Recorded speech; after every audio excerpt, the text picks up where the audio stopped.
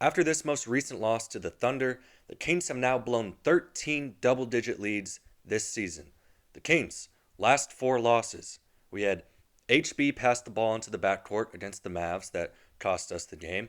I mean, to be fair, it cost us a shot at the game, but still, the concept is the same.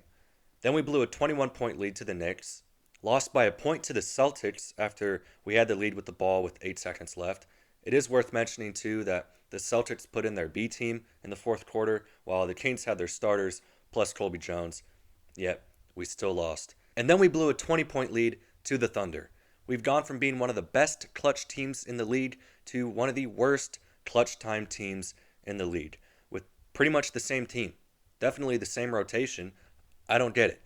Fox isn't going to win the Clutch Player of the Year award again, but it's not like he's bad in the fourth quarter or in clutch situations. He's been shooting a few too many threes, I'll admit that. And, the shot selection late in the game against the Thunder was tough. I still don't understand why he doesn't go to the rack when he's like a top three finisher in the league. But I'm sorry, I can't blame Fox for the Kings' struggles this year. And I know Domas had a rough game against the Thunder, but come on, people. He's been the most consistent guy on the team, damn near in the league. He has his first bad game, maybe all year, and people are jumping ship saying he's the reason we're in the play-in. He just set the modern day record for most double doubles in a row. People like to say they're empty stats. I mean, I expect that from people who don't watch the Kings, but from Kings fans, he leads the league in rebounds. He's fifth in the league in assists. He's averaging 20, 13, and 8. There's 12 guys and 5 coaches I'd blame before I blame him for our struggles.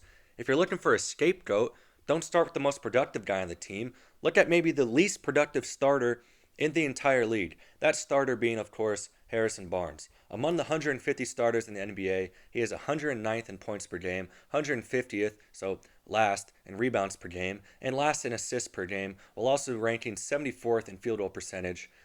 Um, and that says 150 plus, by the way, which means they can't even fucking calculate how bad he's been.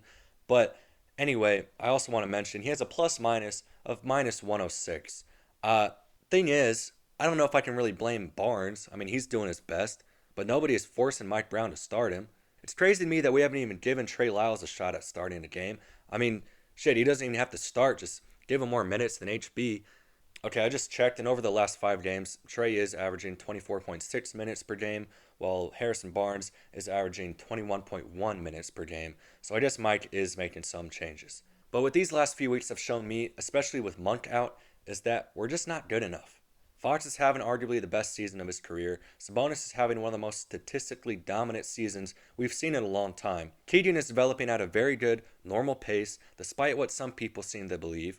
Monk is going to be, or at least should be, the sixth man of the year. Colby Jones has been showing some promise. We've got some good supporting pieces in Trey and Keon. And Davion Mitchell has really worked on his game and made himself into a key contributor off the bench. But it's still not enough. And I mentioned at the top of the video that we've blown 13 double digit leads, some of those happening against the literal worst teams in the NBA. And while that is definitely unacceptable, it is, at least to a certain extent, par for the course with a young-ish team that's in the process of transforming themselves into a true contender after being the laughingstock of the league for 16 years. If we clean up some of those losses, we're comfortably out of the play-in.